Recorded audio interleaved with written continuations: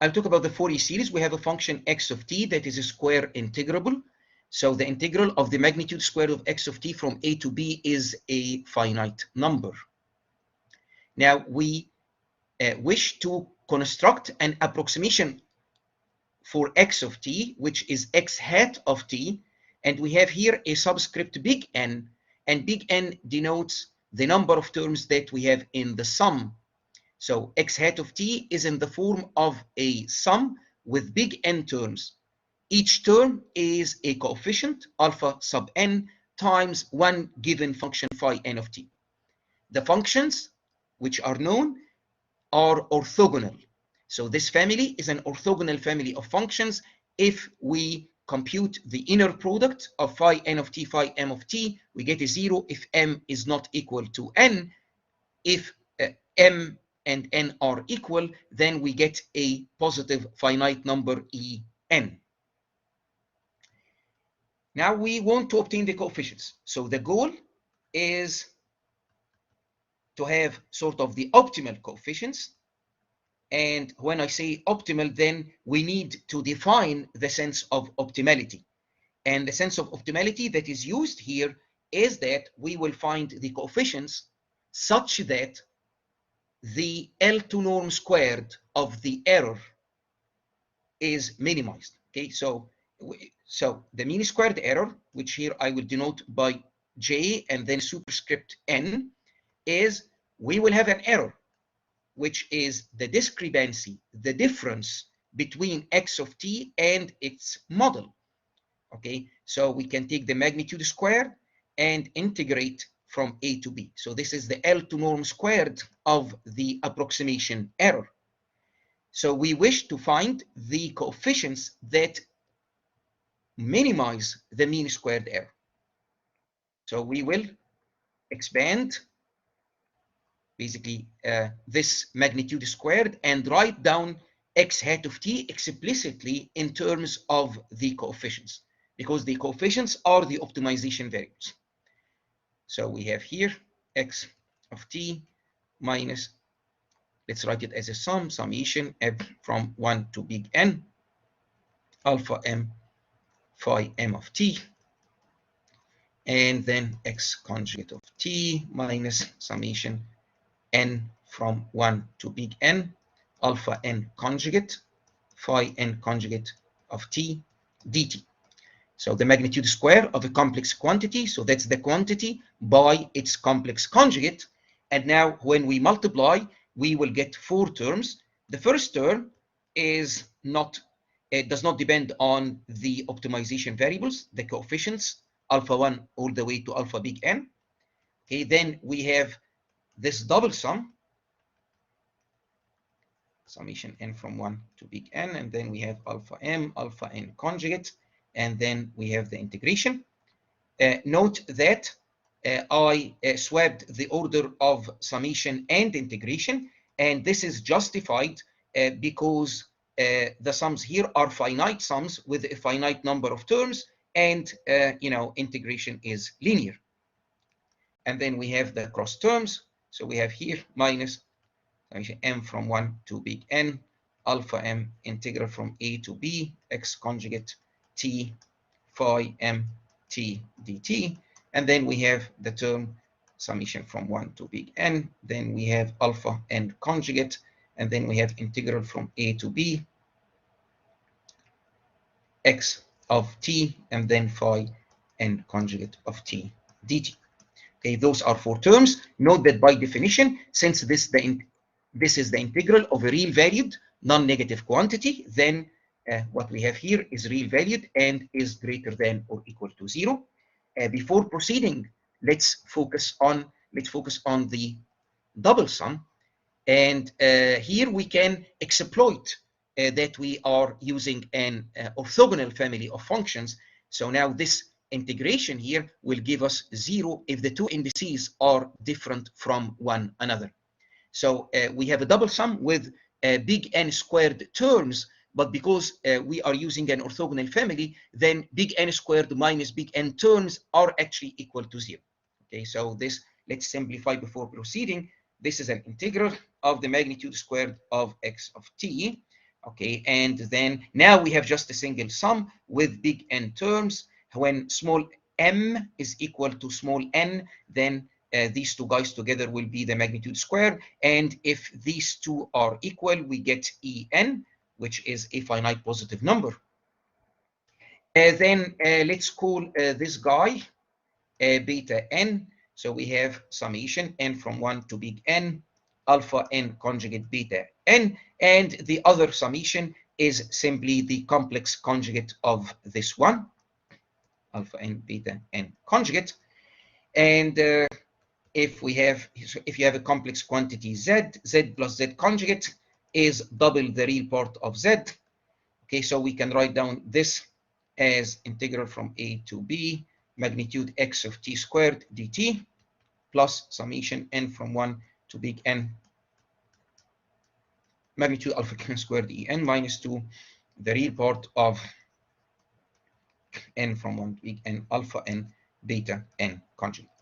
Now let's express the mean squared error in terms of the real and imaginary parts of the alpha. So I will write alpha n as alpha n and then a real part and then an imaginary part. And for beta, beta n conjugate is a real part and then minus I an imaginary part. And basically the product, we want to take the real part. And so this will be the product of the real parts plus the product of the imaginary parts, because plus I times minus I is unity. And so G of n, this is integral from a to b magnitude x of t squared dt. And then we have summation n from 1 to big N. We have L. So this is the magnitude squared is the real part squared and the imaginary part squared like this. Then En. And then we have minus 2. We have summation with the real parts beta and r, and then the imaginary alpha and I beta n. Okay, so now the mean squared error is a non-negative real valued function of 2n real optimization variables. And so the optimization variables in our case here, the optimization variables are the real and imaginary parts of the coefficients alpha n. Okay, so how do we obtain the optimal alphas? Basically, we will differentiate to obtain the partial derivatives, and we will equate the partial derivatives to 0. Okay, so as a reminder, suppose that we have a function g of y1 to ym. So g is a function of vector y, and vector y is living in the m-dimensional space. Suppose that g is a C2 function. So it has a continuous second order partial derivatives.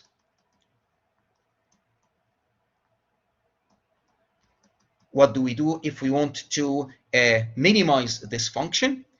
So let's first investigate basically a necessary condition for optimality, which is that the partial derivatives should be equal to 0. Okay, so suppose that the gradient vector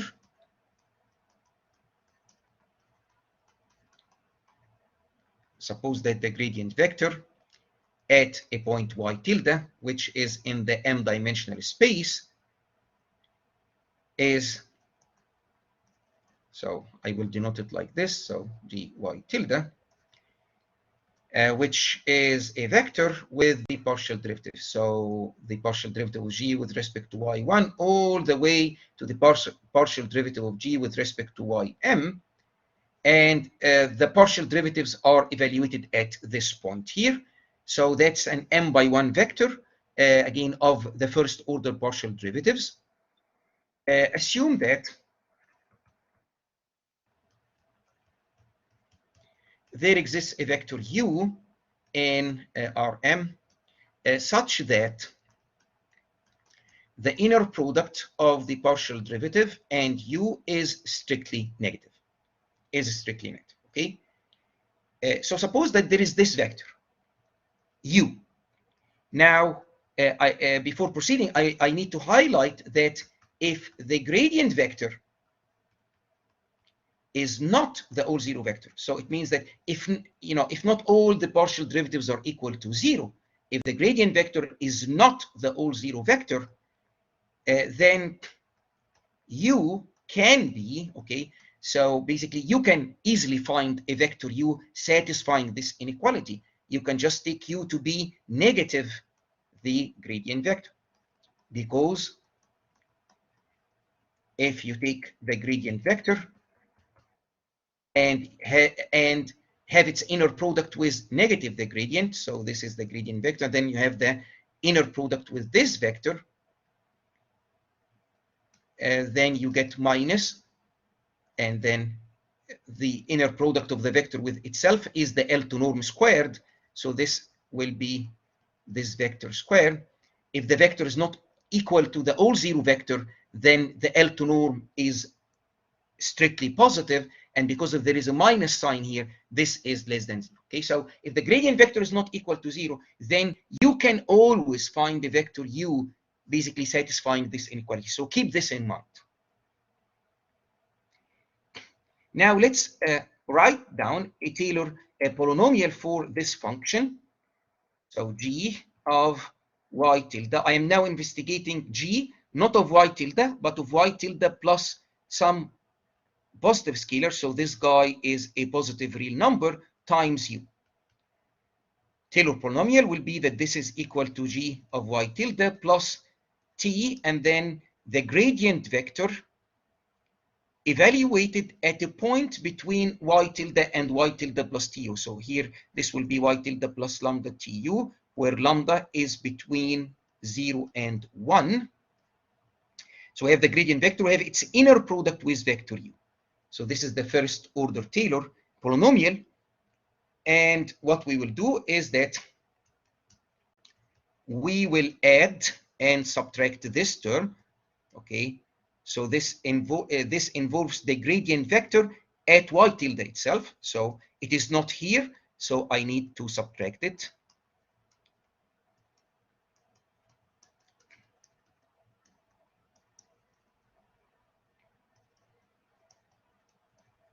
Okay, u. And then this is, this quantity is the inner product of this vector and u. It's a real number. And so this is, any real number is less than or equal to its absolute value. So here I can have that this is less than or equal to g of y tilde plus t g of y tilde u. And then this is t. And then we have an absolute value of this gradient evaluated at y tilde plus lambda tu, and then the gradient evaluated at y tilde, and this is transpose u. Then we can apply the Cauchy-Schwarz inequality. So Cauchy-Schwarz, and this will give g of y tilde plus t, and then we have this inner product here. And now this magnitude of the inner product of two vectors is upper bounded by the L2 norm of vector u, and then the L2 norm of this vector here.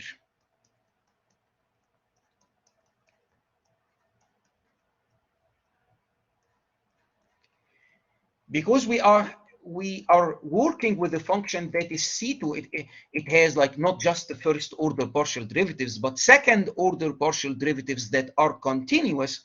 Then the first order partial derivatives are continuous. And continuity means what?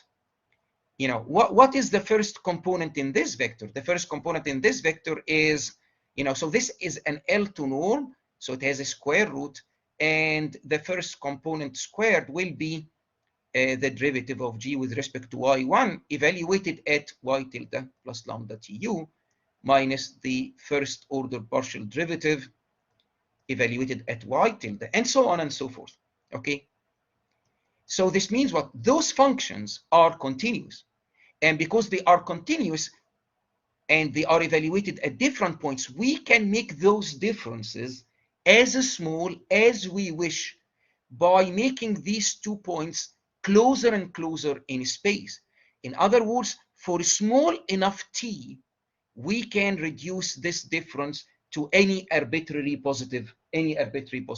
Okay, so the moral of the story is that this L2 norm can be made less than any epsilon greater than 0 using a small enough t.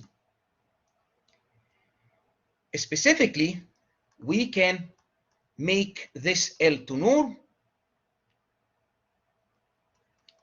we can make the norm less than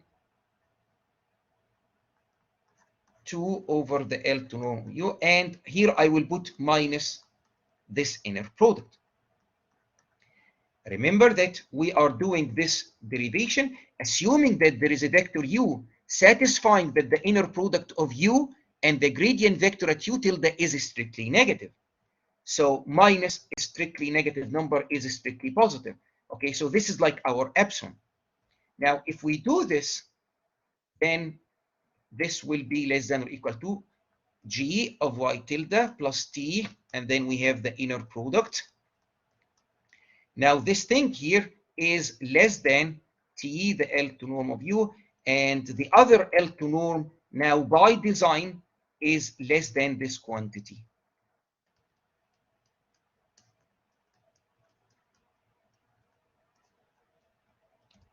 So this is equal to g of y tilde plus t, and then we have this. So this will go with that. Note that the u vector cannot be the all zero vector, because if u is the all zero vector, then this inner product is exactly equal to 0. So the assumption is that the u vector is its inner product with the gradient vector is strictly negative. So this means that the u vector cannot be the all zero vector. So its norm, any vector norm applied to u, will not be 0. So we don't have a problem here in having this L2 norm of u in the denominator. These two guys go away, and then we have minus t over 2, and then this inner product. So this is g of y tilde plus t over u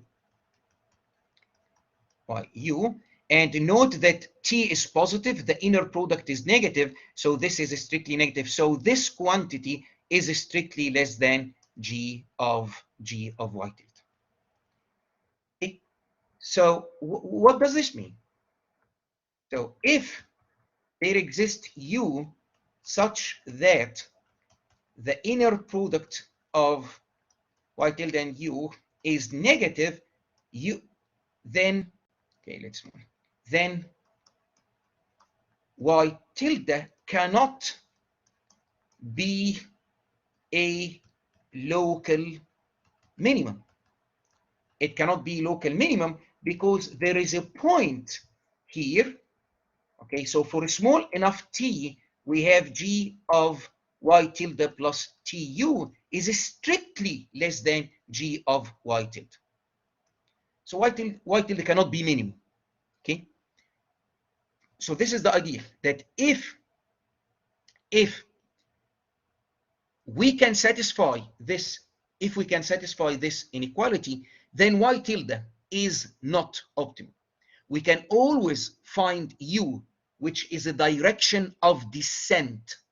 It's a direction that if we move into by some small step t, starting from y tilde, then we will reach a point in the m-dimensional space at which function g gives a value that is strictly less than g of y tilde. Okay, so in other words, if the gradient vector at y tilde is not the all zero vector, then you can always find the u satisfying this inequality. For example, you can take u to be negative the gradient, and then y tilde will not be optimal. Okay, so what is the conclusion? So a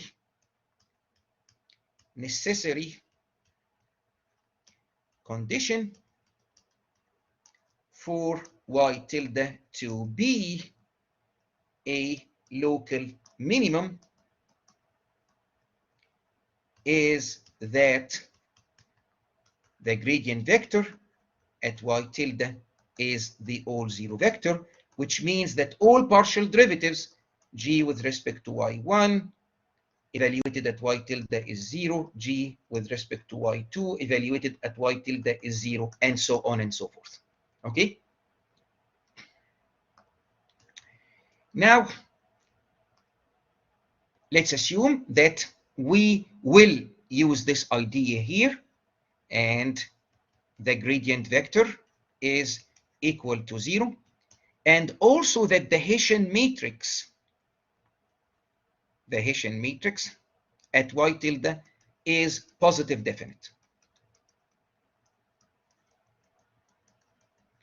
Okay, so the Hessian matrix is the m by m matrix of second order partial derivatives. So here we have g with respect to y1, here g y1, y2, here g y1, y3, and so on. Here we have g of y2, y1, we have g of y2, okay, and so on. So it's basically in the case if our function is C2, so it has a continuous second order partial derivatives, then the Hessian matrix can be shown to be a symmetric matrix. Okay, so basically this matrix will be symmetric.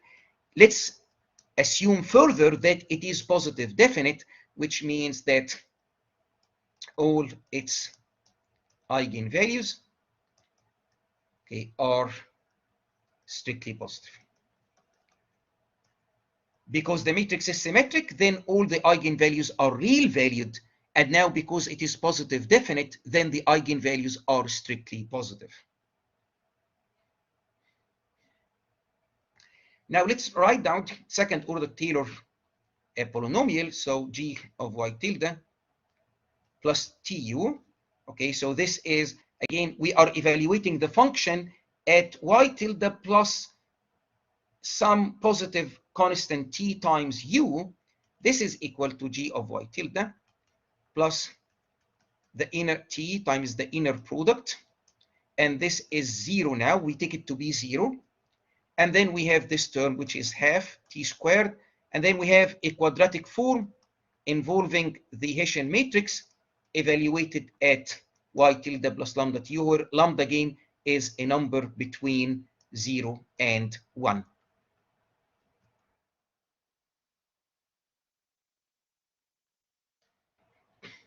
Now this is a real number. So a real number is lower bounded by minus its absolute value. So this is greater than or equal to g of y tilde. This term is equal to 0.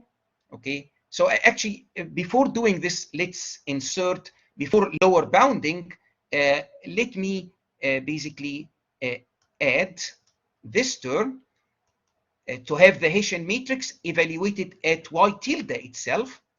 And since this term is not here, we need to subtract it. So I will have, so this is the Hessian matrix at y tilde plus lambda tu minus the Hessian matrix evaluated at y tilde, and then we have u. Okay, so why I am doing this, it's because the information that we have is about the Hessian matrix evaluated at y tilde. But if you write down the Taylor polynomial, this Hessian matrix is evaluated at a different point, which is y tilde plus lambda t u. Okay, and so to make use of the given information, I will add this term and then subtract it, and then we apply the inequality.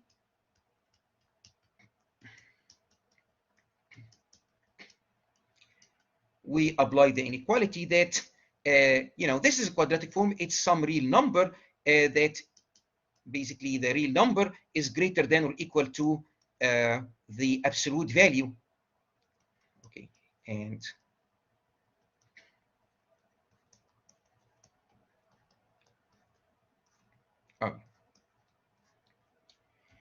Now, before proceeding, note that if we have a symmetric matrix, okay, so this is a result that we will use. Suppose that you have a symmetric matrix,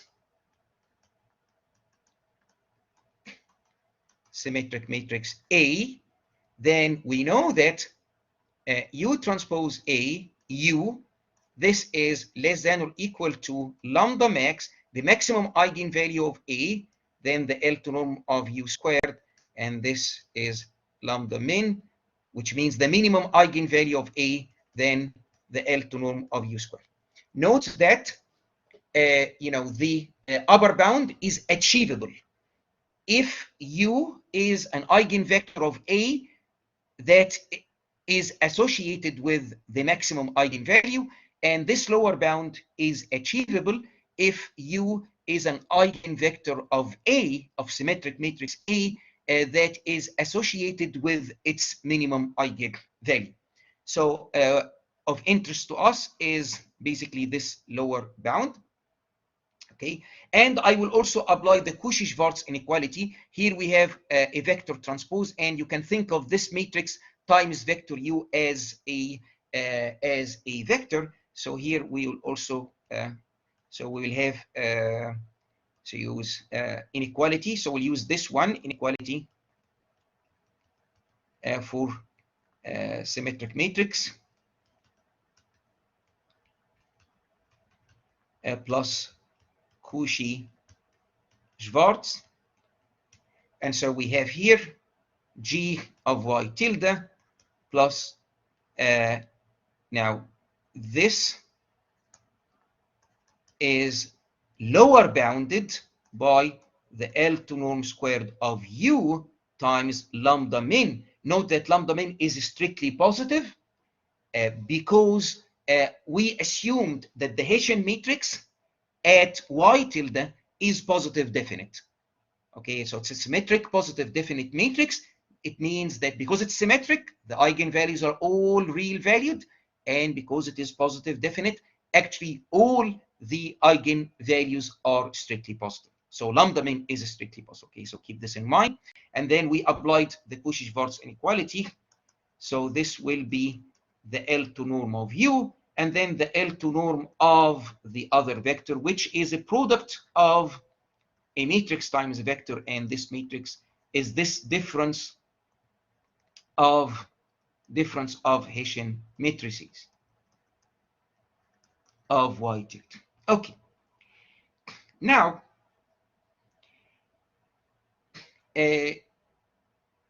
this L2 norm, so we will basically apply an inequality, which is that if you have a matrix A times a vector Z, and you compute the L2 norm, this is upper bounded by the induced L2 norm of the matrix times the L2 norm of the vector. Okay, so this, I will apply this to the third term. So this guy, these two first guys remain intact. And so here I will have this minus t squared. And so we have the matrix and the vector. So we will get an L2 norm of U, and there is another one here. And then we have the induced L2 norm of the matrix.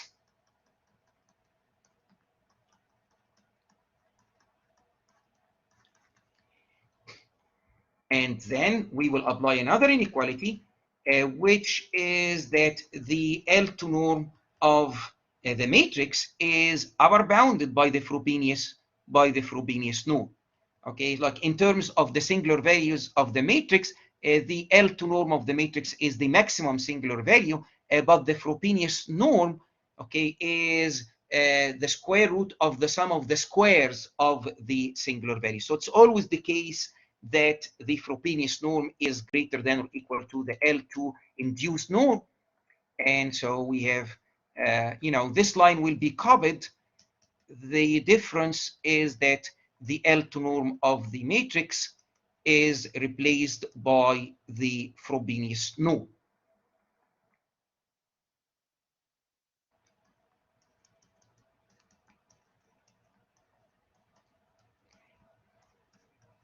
Now the Frobenius norm, of a difference of two matrices, it means that you subtract the two matrices, then you take each element square, and then you sum, and then finally you take the square root.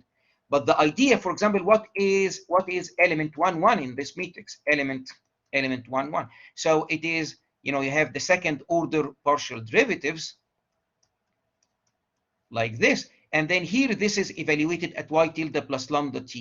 Here, this is evaluated at y tilde. And then you put a minus, and then you square, and then, you know, you sum the other guys, and then you take the square root. Okay. Then the idea is, again, our assumption is that function g is a C2 function. So it has second order partial derivatives. Not only this, the partial derivatives themselves are continuous functions. Because they are continuous functions, I can make the difference between these two terms as small as I wish by making these 2 points as close to one another as we wish, by basically reducing the positive parameter t towards 0. Okay, so I can reduce, we should keep t positive, but we can make it small enough so that this difference becomes small enough, and every difference under the square root basically in the expression of the Frobenius norm. Moral of the story, we can make this Frobenius norm, we can make it less than any epsilon, where any positive epsilon, we can make it less than any positive epsilon. So what epsilon we choose here? We will choose epsilon to be lambda min over 4, or let's just take it lambda min over 2. Okay. So now let's see. We are okay. Let's summarize. We have this plus tu. This is greater than or equal to g of y tilde. So here I am copying, plus half t squared, and then the L2 norm squared of u, and then lambda min, which is the minimum eigenvalue of the Hessian matrix of function g evaluated at y tilde, and this is strictly positive. And then we have minus, and then we have half t squared, L2 norm squared of u, and then we have lambda min over 2. So let's combine these two terms. 1/2 minus 1/4, that's 1/4 t squared ut lambda min. And this is strictly positive. So this is strictly positive then. Okay. So this means that for t that is greater than 0, g of y tilde, so the function evaluated at y tilde plus tu, where t is some positive number u, this is, so at least in the vicinity of y tilde, this is strictly greater than g of y tilde. So this indicates that the function is minimized at y tilde. So here it is sufficient. So the Hessian matrix being a positive definite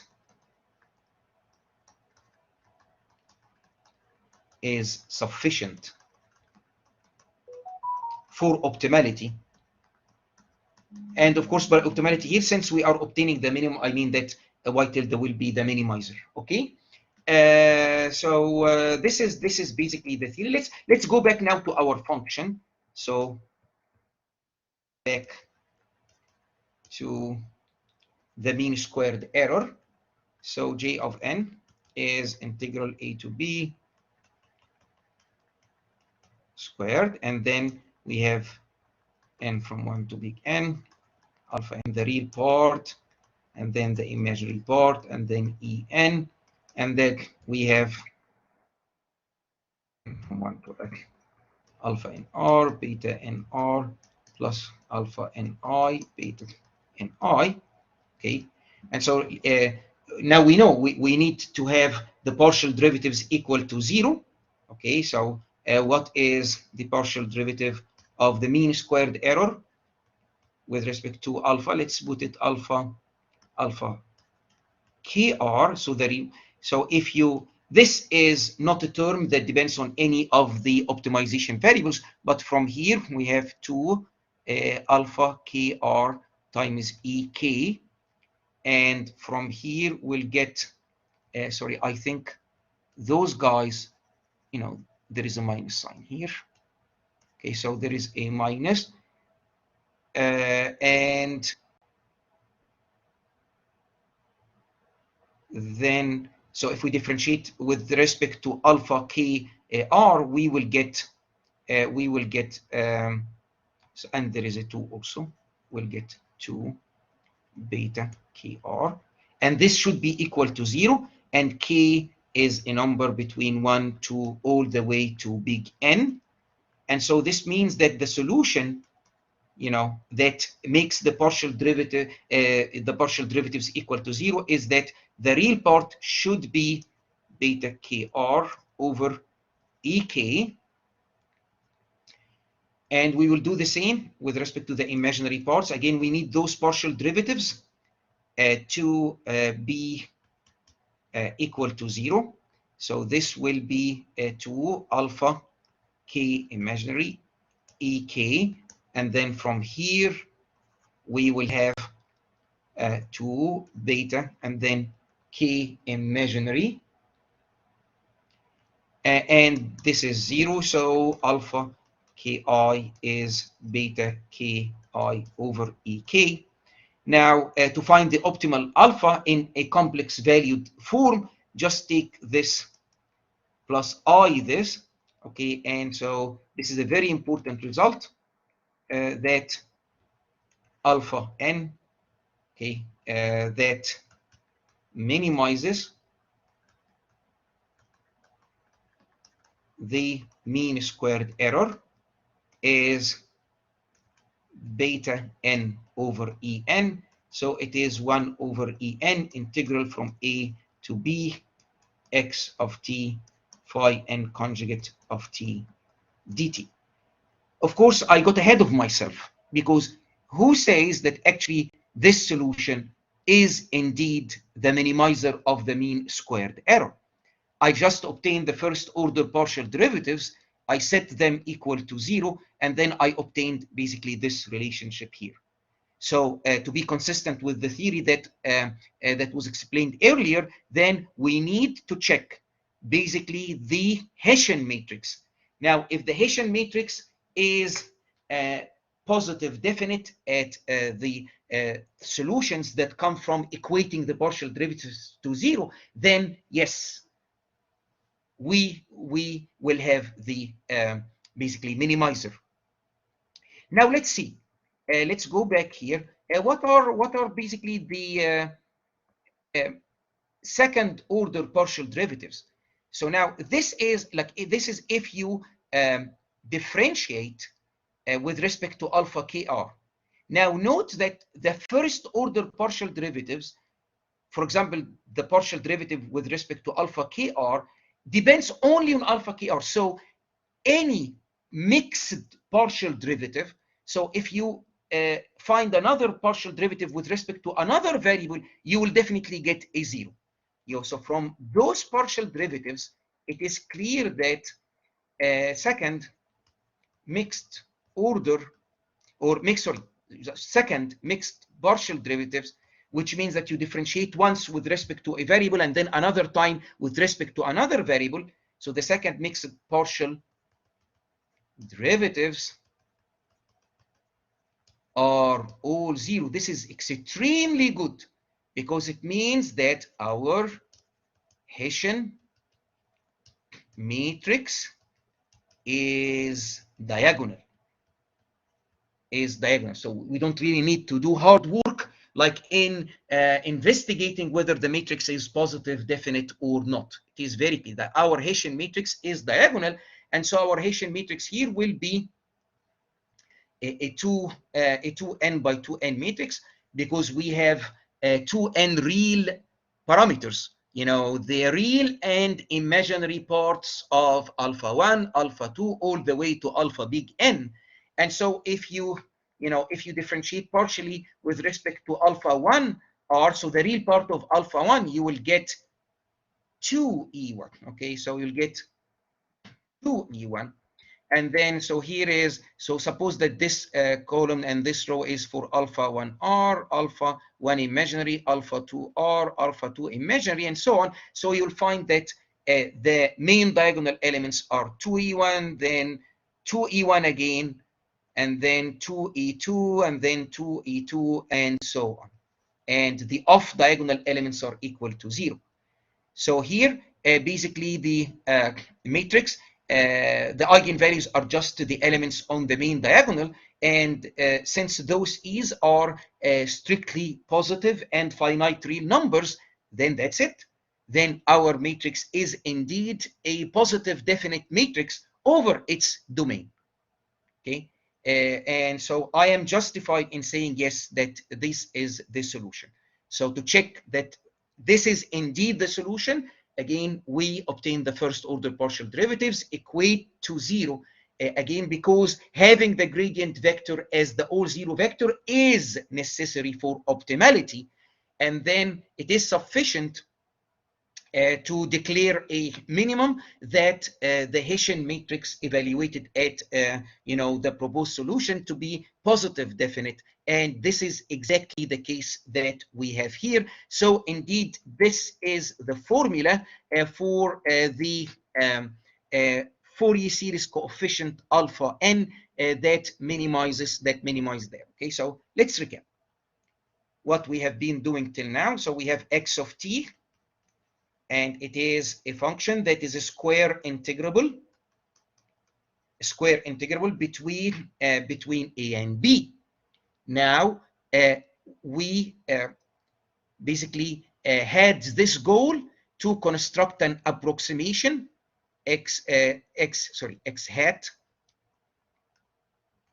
of t, and this approximation, it has a form, a sum of n terms. Okay, so we have n terms, so small n from 1 to big N, and then we have coefficients, and then we have functions. Those functions are given, and they are an orthogonal family.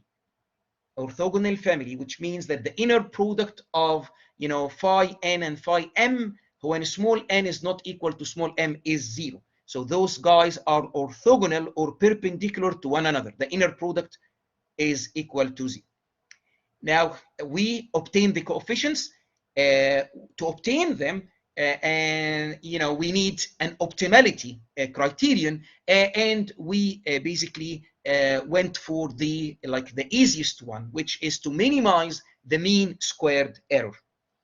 The coefficients that minimize the mean squared error, okay, so if we use the optimal coefficients, so alpha n, so that minimizes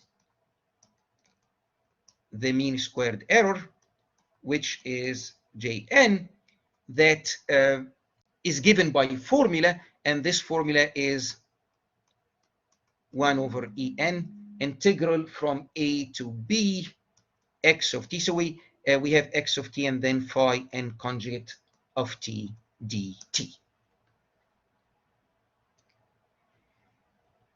Okay, now we can take this formula and plug it in the minimum.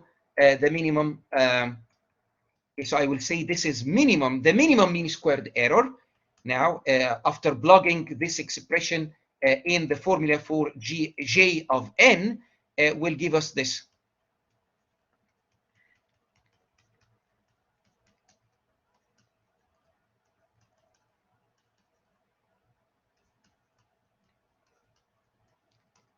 E, like this.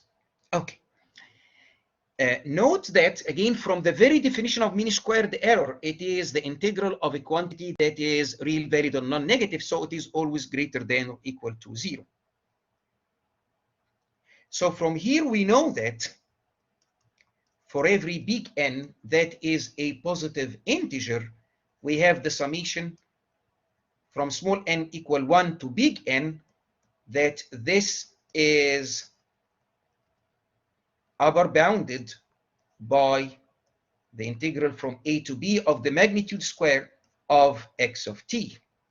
Now, if we take the limit, so take limit n tends to infinity of both sides, note that the right-hand side is not a function of n. So basically what we will get is that summation n from 1 to infinity alpha n squared en.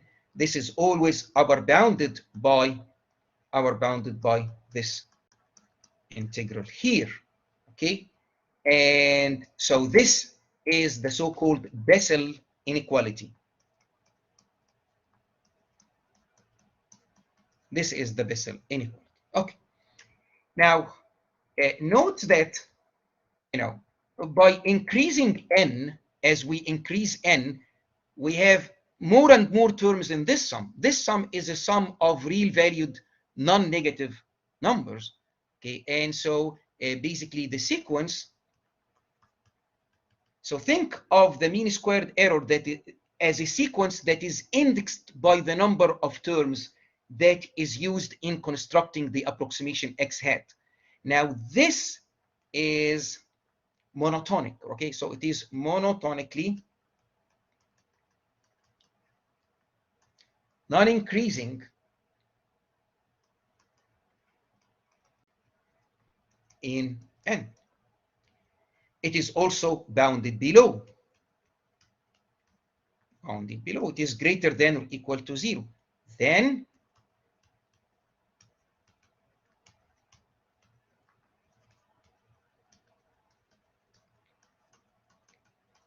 exists. Okay, so this is very important. The question is this limit equal to 0? Because if this limit is equal to 0, it means that the mean squared error can be crushed to 0 by increasing the number of terms that we have in x hat, which is the approximation of x of t. So the thing that we can say right now is that the mean squared error, the minimum mean squared error, is monotonically non-increasing in n, and it is bounded below, so it is converging to a limit. But is this limit equal to 0? We don't know. Perhaps yes, perhaps no. Of course, it would be really great if this limit is equal to 0. And then we have what we we think intuitively that the error should become smaller and smaller as we increase the number of terms in x hat.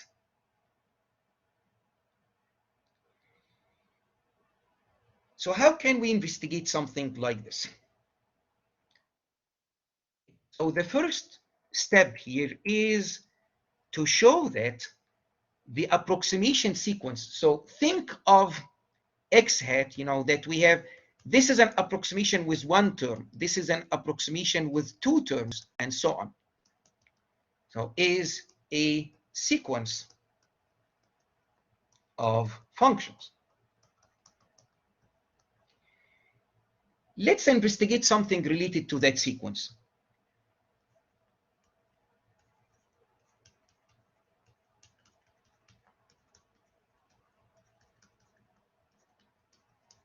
I will investigate this quantity. So this is, now this difference will be summation small n from the minimum of the two indices plus 1 to the maximum of the two indices.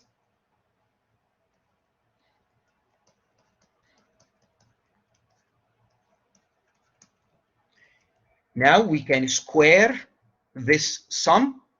We will get a double sum. And as we did earlier, we can exploit the orthogonality. Okay, so, if we do this in slow motion, this will be summation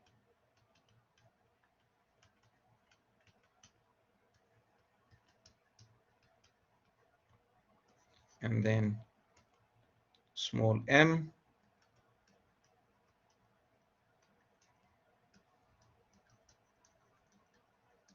Then we'll have alpha n, alpha m conjugate, integral from a to b, phi n of t, phi m conjugate of t dt. Because of orthogonality, then this is 0 if n is not equal to m. Okay, and so basically, rather than having a double sum, we just have this.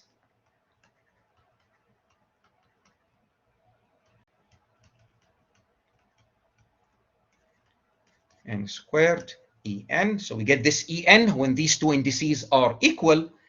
And this is upper bounded by the same sum, but now rather than having an upper limit, which is maximum M, big M and big N, we can just use infinity because we are summing non-negative terms.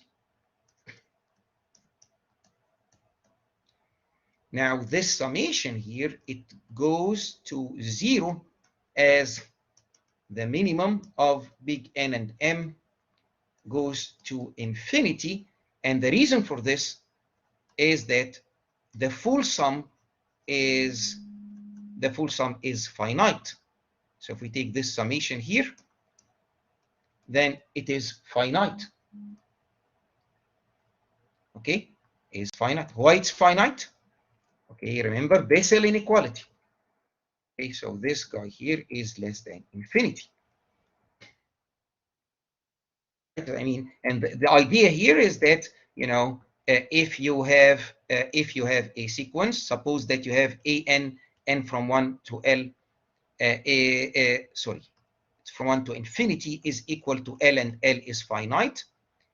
Then what about this? If you sum from, let's say, k to infinity, an, so this sum from k to infinity is the full sum, which is the finite number L minus the terms from 1 to k minus 1 an. Then take limit of both sides as k tends to infinity. So what is this guy? So limit k tends to infinity of n equals k to infinity an is equal to this summation, which is a finite number L. And what is this when we take the limit as k tends to infinity? We will also approach L. So we'll get also this summation, which is a finite number L, and two finite numbers, you subtract, you know, L from L, then you get A0. Okay, so this is what exactly I did here. Now, what is the meaning of this?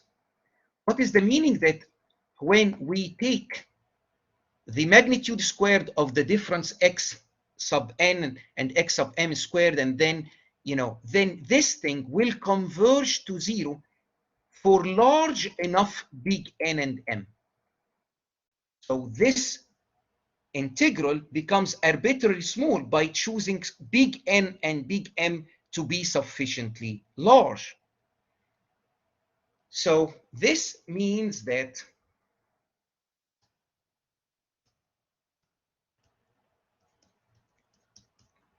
the sequence xn of t indexed by n is a Cauchy sequence. Cauchy sequence, which like intuitively means that the functions, as we increase the index, the functions get closer and closer to one another in a mean square error sense. Okay, so if we take the difference between two functions, take the magnitude square and integrate, we get numbers, and these numbers get smaller and smaller as we increase n and m. So this is the definition of a Cauchy sequence. So this is a Cauchy sequence. And basically for L to AB functions, so those are functions that are square integrable from A to B, the Cauchy sequences converge. Okay, so there is a theorem that because xn of t is a Cauchy sequence, there exists some function x infinity of t. Okay, so this is the hat,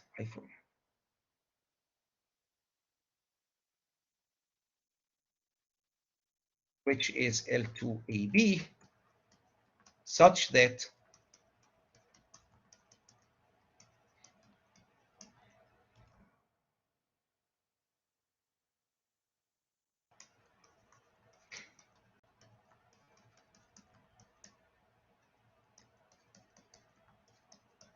dt, this is equal to 0.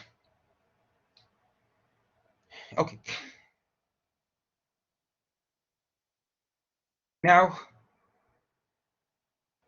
let's investigate this quantity.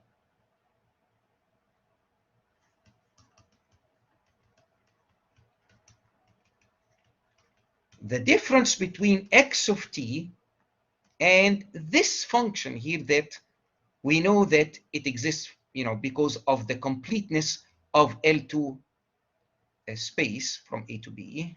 Okay. Specifically, I will investigate the magnitude of this integral.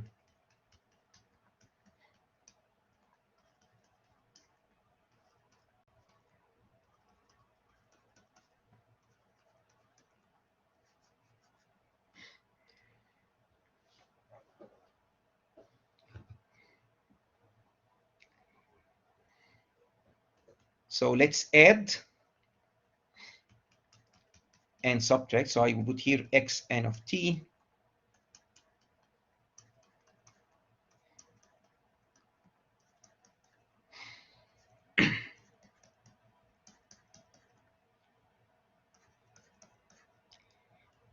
Now separate this into two integrals and apply the triangle inequality. So this is upper bounded by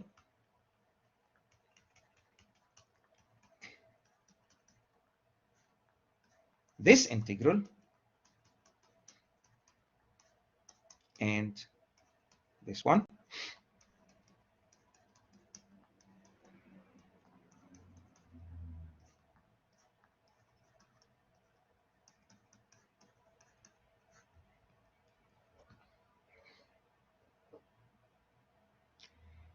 Let's see. Now, when you do this x of t phi j conjugate of t, remember what was the optimal coefficient?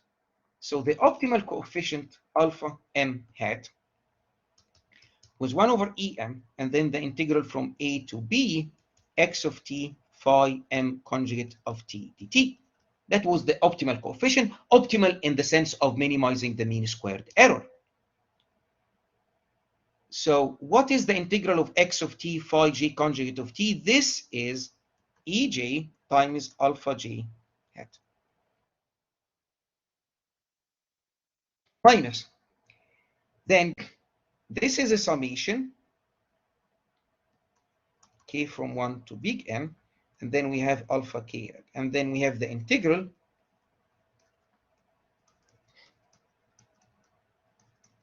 of dt. Because of orthogonality, this integral is 0, except when j is equal to k. So I will assume that big N is chosen such that big N is greater than j. Okay, so assume big N is greater than j. In this case,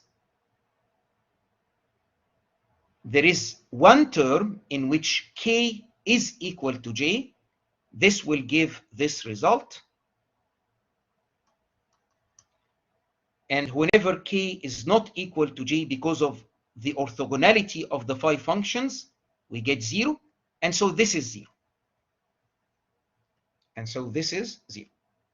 Note that the big N that I'm using here, it's arbitrary, so I can choose it to insert this xn of t minus xn of t such that big N is greater than j. So there will be one term here in which k is equal to j, and the other terms k is different from j, and this summation will be alpha j hat ej, and the other integral from a to b x of t phi j conjugate of t dt gives the same result, so the difference is 0. Now, what about this? This is upper bounded by square roots of Cauchy-Schwarz. So this is upper bounded by integral from a to b, and then this integration, which is ej, and then we have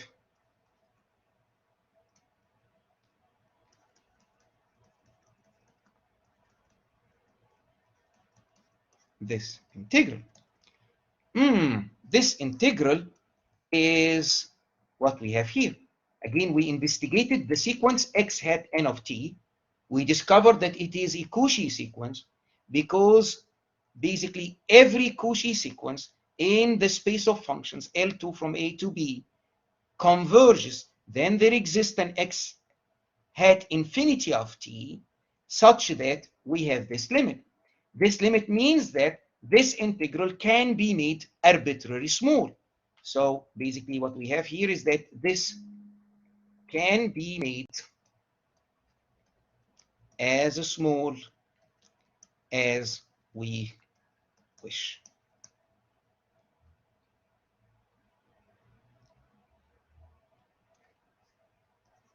So this can be made less than epsilon for every epsilon that is positive. So now, because we have this absolute value, can be made as small as we wish, can be made less than every positive epsilon, then actually this absolute value is equal to 0.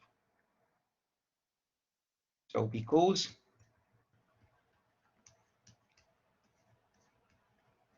me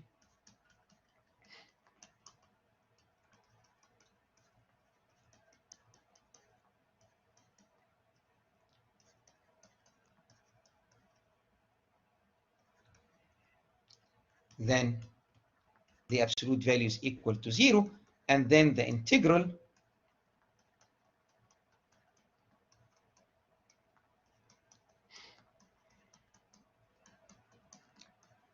is 0 for every j that is a positive integer. So this means that x of t minus x hat of t is perpendicular to phi j of t for every j that is a positive integer.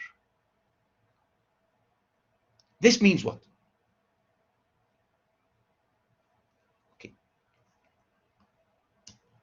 So if our family, which is phi n of t, n from 1 to infinity, if this family of functions, which is taken to be orthogonal, if our family is complete,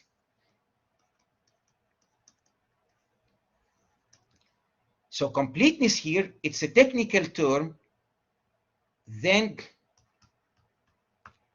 any L2 AB function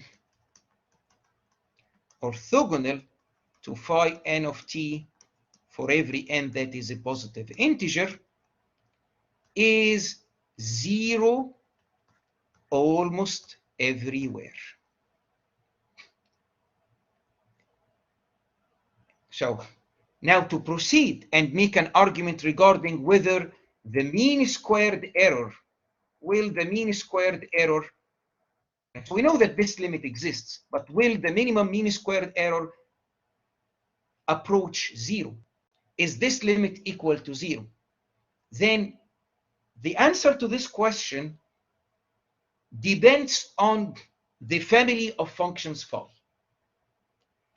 If the family of functions, this orthogonal family, satisfies what is called completeness, if it has this property, Okay.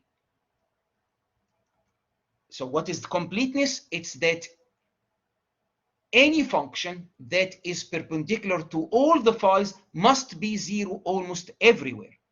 So if our function is if our family of functions is complete, and because we have x of t minus x infinity of t being orthogonal to each phi j of t for every positive integer j, then x of t minus x hat of t is equal to 0 almost everywhere.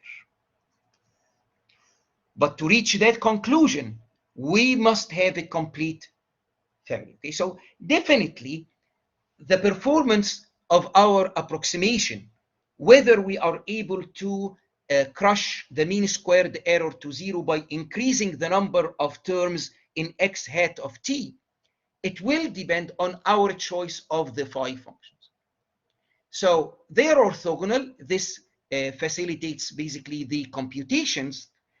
But if we want to basically have a hope that the mean squared error is reduced to 0 by increasing big N, then we need to choose a family of functions that is complete.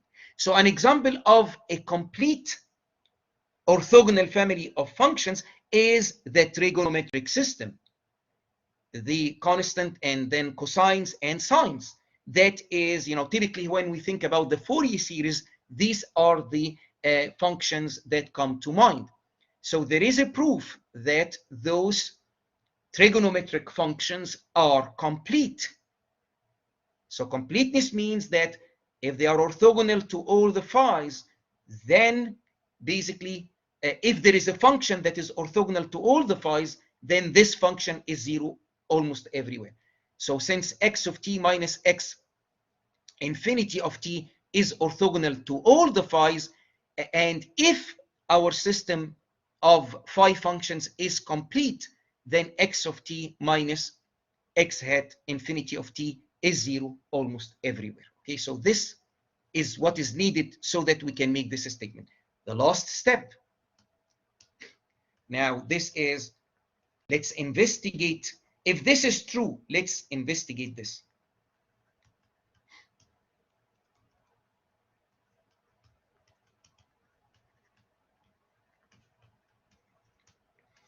So I will take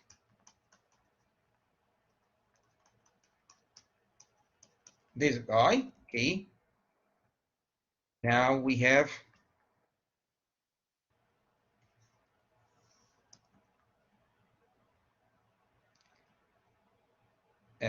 I will rewrite,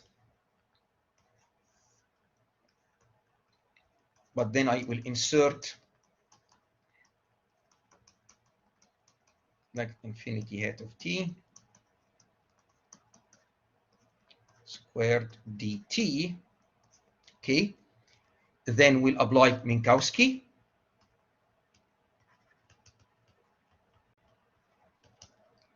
And so this is limit n tends to infinity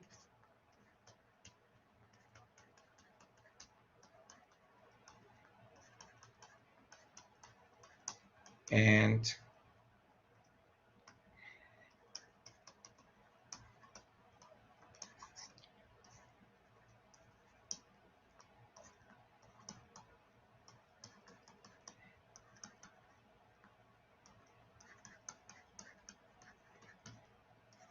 now this is, the square root function is continuous, and so the limit is the limit of this integral.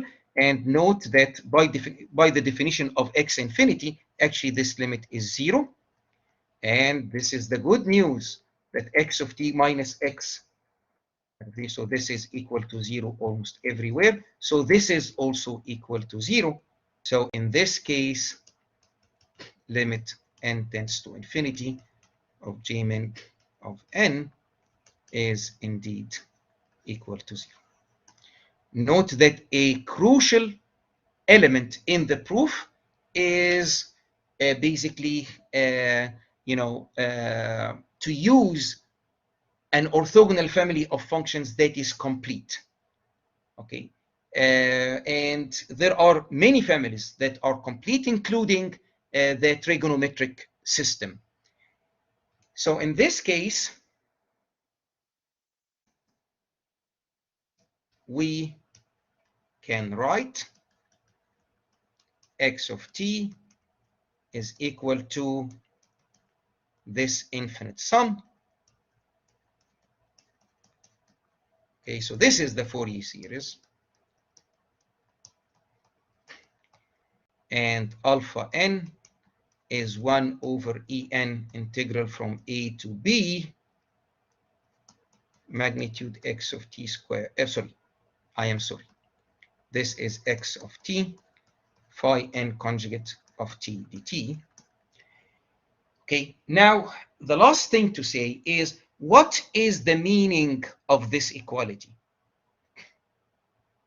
What is the meaning of this equality? Okay, now if you go and review what we have been doing, we showed that basically this J-min, we showed that basically this limit is equal to 0. This is what we mean. Okay, so in the derivation,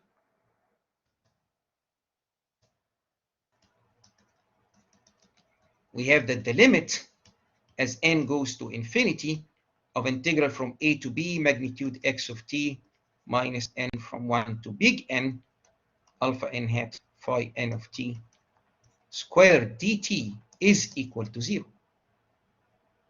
So this is actually what we mean. So this equality actually means this. So this equality not pointwise. The equality that we write down in the Fourier series, it does not mean necessarily that if I evaluate function x at a specific real number t, and then I evaluate the limit, the series at the same t, that I need to get the same number for every t. For every t. This is not true. Okay, so basically x of t and summation k from 1 to infinity alpha n hat phi n of t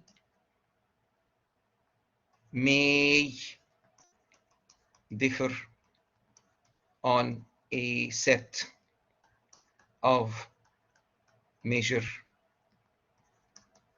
0. They may differ on a set of measure 0.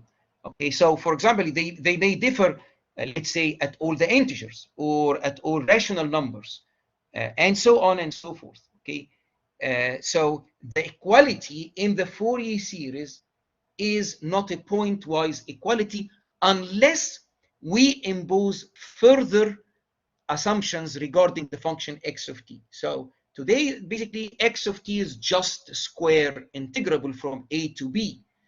Now we can say, well, perhaps x of t is differentiable. Perhaps it is differentiable and its first derivative is a square integrable, and so on and so forth.